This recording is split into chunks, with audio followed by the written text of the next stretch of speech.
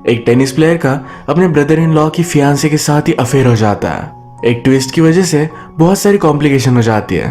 Hello friends, आज मैं आपको मैच पॉइंट एक हॉलीवुड मूवी एक्सप्लेन करने वाला हूँ। अगर आपको ये वीडियो अच्छा लगता है तो प्लीज लाइक और कमेंट जरूर कर दीजिए। बिना किसी देरी के एक्सप्लेनेशन स्टार्ट करते हैं। मूवी स्टार्ट होते ही हमारा मेन कैरेक्टर जिसका नाम है क्रिस, ये हमसे बात करता है। वो कहता है इस वर्ल्ड में लकी होना बहुत ही इंपॉर्टेंट है। लोग ज्यादा लक पर बिलीव नहीं करते क्योंकि वो डरते हैं। मैच के बीच में एक पॉइंट आता है जब बॉल नेट से टकराता है। उस वक्त एक तो आगे जा सकता है और आप जीत जाते हो, या पीछे आ सकता है और आप हार जाते हो। ये सारी चीजें लक पर डिपेंड करती है। अब इसके बाद हमारी आगे की स्टोरी स्टार्ट होती है। क्रिस एक्चुअल में बहुत ही सक्सेसफुल टेनिस प्लेयर था। उसे अलग अलग जगह पर टूर के लिए जाना पड़ता था। मेरी लाइफ उसे अच्छी नहीं लगी। वो डिसाइड करता है कि अब वो टेनिस इंस्ट्रक्टर बनेगा। लंदन में आकर उसे जॉब मिल गया। एक दिन उसे बहुत ही रिच स्टूडेंट मिला जिसका नाम है टॉम। टॉम और क्रिस में फ्रेंडशिप हुई। एक दिन जब वे बात कर रहे थे तो टॉम कहता है मुझे ओपेरा देखना बहुत अच्छा लगता है, और उसके साथ कोई आए ऐसा कोई भी नहीं। क्रिस ने कहा कि मुझे भी ओपेरा अच्छा लगता है।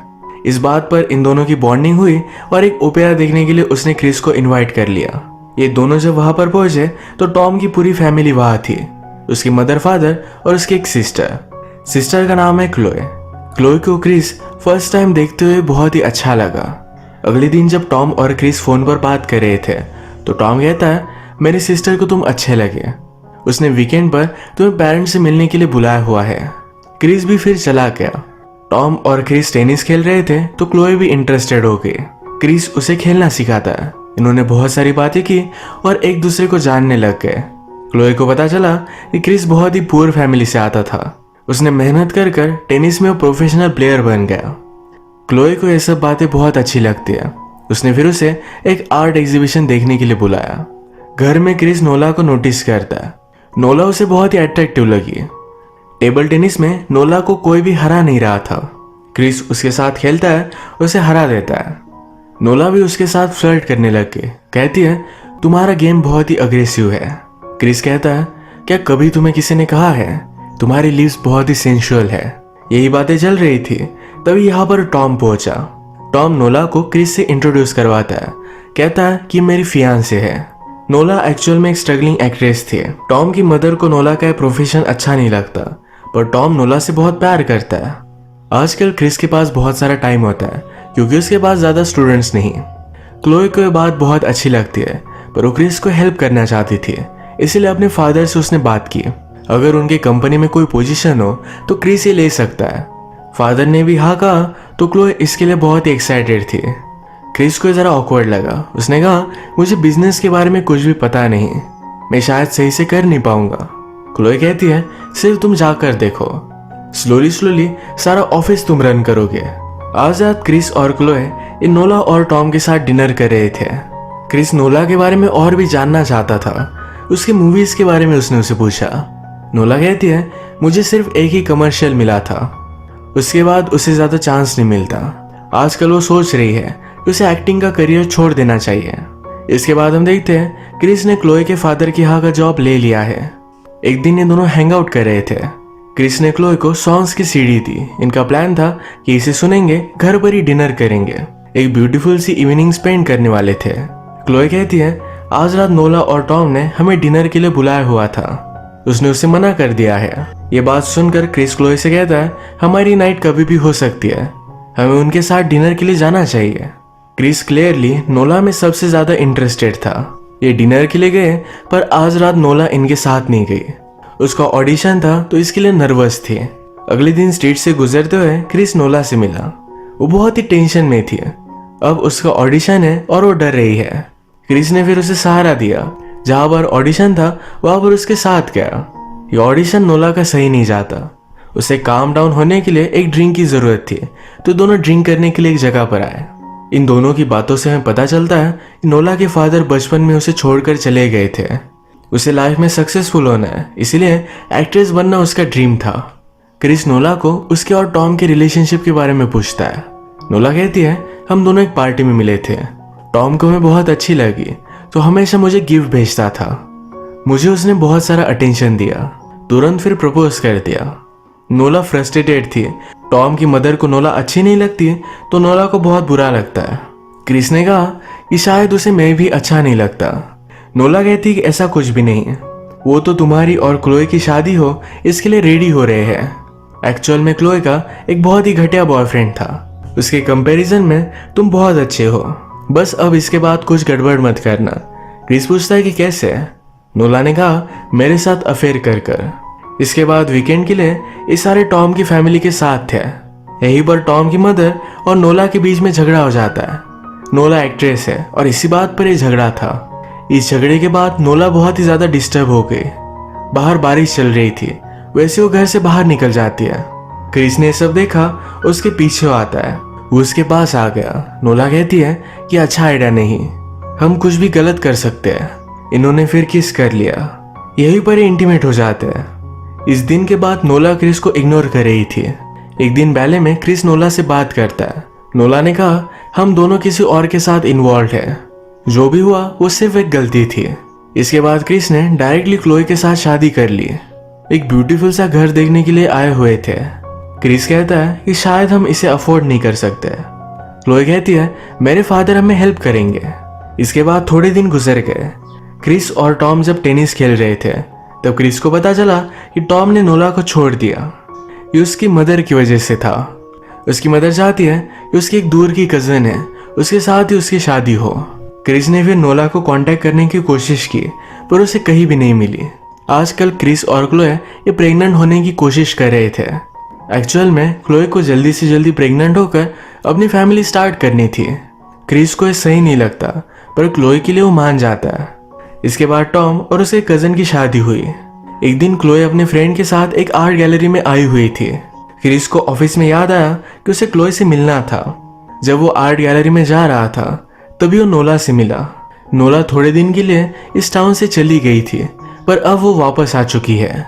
क्रिस उससे पूछता है तुम कहाँ रहती हो, क्या हम मिल सकते हैं? नोला ने कहा कि तुम्हारी शादी हो चुकी है, ये सब बातों का पॉइंट क्या है? तभी यहाँ पर क्लोए आ गई। क्लोए नोला से वो कैसी है इसके बारे में पूछती है पर उसे बात करना जरा ऑकवर्ड था, इसी वजह से यहाँ से वो चली गई। क्रिस नोला से कहता है प्लीज मुझे तुम्हारा नंबर बता दो। नोला भी सोच रही थी पर उसने बता दिया। इसके बाद एक दिन ये दोनों डायरेक्टली इंटीमेट हो गए। हमेशा क्रिस नोला के घर पर आता था। नोला की नेबर एक ओल्ड वुमन थी, उसे भी वो जानने लग गया था। एक दिन जब क्रिस और क्लोए ये टॉम के साथ डिनर कर रहे थे तभी क्रिस का फ्रेंड उसे मिलता है। उसने कहा एक स्ट्रीट पर मैंने तुम्हें चलते हुए देखा था, मैं तुम्हें आवाज लगा रहा था। ये जो स्ट्रीट थी ये नोला के घर के पास ही है। क्रिस फिर कहता है कि वो मैं नहीं था, तुम्हें कुछ गलत फहमी हुई। पर उसका फ्रेंड बहुत ही फर्म था। क्लोए इस बात को ज्यादा सीरियसली लेती नहीं, इस वजह से क्रिस को कोई भी प्रॉब्लम नहीं आया। अब बहुत सारे दिन हो चुके और नोला और क्रिस अब भी मिल रहे थे। क्रिस ने नोला से कहा था कि वो अपने मैरिज में खुश नहीं, वो क्लोए को छोड़ देगा, पर अब तक उसने नहीं छोड़ा। क्लोए को इनके बारे में पता भी नहीं तो नोला क्रिस पर बहुत ही चिढ़ गई थी। क्रिस कहता है मैं जल्द से जल्द बता दूंगा। वो फिर 3 दिनों के लिए पूरी फैमिली के साथ एक वीकेंड पर गया। यही पर नोला का उसे कॉल आता है। वो बहुत ही डिस्टर्ब थी, वो चाहती थी क्रिस अभी के अभी उसे मिले। यहाँ पर क्रिस ने काम का बहाना बनाने की कोशिश की पर क्लोए मानती नहीं। क्रिस को यही रुकने पड़ने वाला था। रात में नोला ने फिर से क्रिस को कॉल किया। वो कहती है कि मैं प्रेग्नेंट हूँ, उसे उसकी जरूरत है। क्रिस फिर अगले दिन उससे मिल लेता है। ये केयरफुल नहीं थे, इसी वजह से वो प्रेग्नेंट हुई। नोला ने उसे समझाया कि हमारे लिए और एक चांस है, तुम क्लोए को डिवोर्स दे दो और हम दोनों हमारी न्यू लाइफ स्टार्ट करेंगे। इसके बाद क्रिस बहुत ही टेंशन में आ गया। ये बात क्लोए नोटिस कर दिया। उसे लगा कि वो प्रेग्नेंट नहीं हो सकती, शायद इसी वजह से क्रिस इस तरीके से बिहेव कर रहा है। क्रिस उसे कहता है कि ऐसा कुछ भी नहीं। उसने उसे गले लगा लिया। अब नेक्स्ट सीन में क्रिस अपने एक फ्रेंड के साथ बात कर रहा था। जो भी उसके लाइफ में चल रहा है ये सब कुछ उसने उसे बता दिया। वो कहता है नोला के साथ उसकी जो भी मैरिज है इसे इस तरीके से छोड़ नहीं सकता। उसके पास एक बड़ा जॉब है, उसके जॉब पर उसे बड़ा सा प्रमोशन मिला है, स्टैंडर्ड ऑफ लिविंग उसका बहुत ही ज्यादा बढ़ चुका है। ये सारी चीजें वो छोड़ नहीं सकता। एक तरफ नोला है जिससे वो बहुत ही अट्रैक्टेड है। अब क्रिस ने नोला को अवॉइड करने के लिए कहा कि एक मंथ के लिए हम सारी फैमिली वैकेशन पर जा रहे हैं। हम जब वापस आएंगे तो मैं क्लोए को सब कुछ चीजें बता दूंगा। पर ऑलरेडी ये वैकेशन कैंसिल हो चुका था। एक दिन जब क्लोई के फादर इन्हें मिलने के लिए आए हुए थे तो क्रिस को एक बड़ा सा प्रमोशन दे दिया जाता है। नोला ने क्रिस को कॉल करने का बहुत ट्राई किया पर वो इग्नोर कर रहा था। एक दिन वो चेक करने के लिए क्रिस के ऑफिस के बाहर आ गई। क्रिस को बाहर आता देख वो बहुत ही ज्यादा गुस्सा हो जाती है। इन दोनों में बहुत बड़ी फाइट हुई। क्रिस कहता है कि हम जल्दी आ गए थे, आज मैं तुम्हें कॉल करने वाला था। नोला कहती है अगर तुम तुम्हारी वाइफ से बात नहीं कर सकते तो मैं ही उसे सब कुछ बता दूंगी। अब क्रिस बहुत ही बड़े ट्रबल में था। रात में भी उसे नींद नहीं आती। उसके फादर इन लॉ हमेशा हंटिंग करते तो बहुत सारी गन उनके पास पड़ी हुई थी। एक दिन क्रिस जाकर ये गन चोरी कर लेता है। रात में जब क्लोई और क्रिस एक साथ थे तो क्लोई की एक चीज क्रिस के बैग में थी। उसने बैग खोली पर क्रिस जल्दी से उसे वो बैग ले लेता है। उसमें गन थी तो कहता है कल हम दोनों एक प्ले देखने के लिए चलते हैं। क्लोई फिर एक्साइटेड हो गई।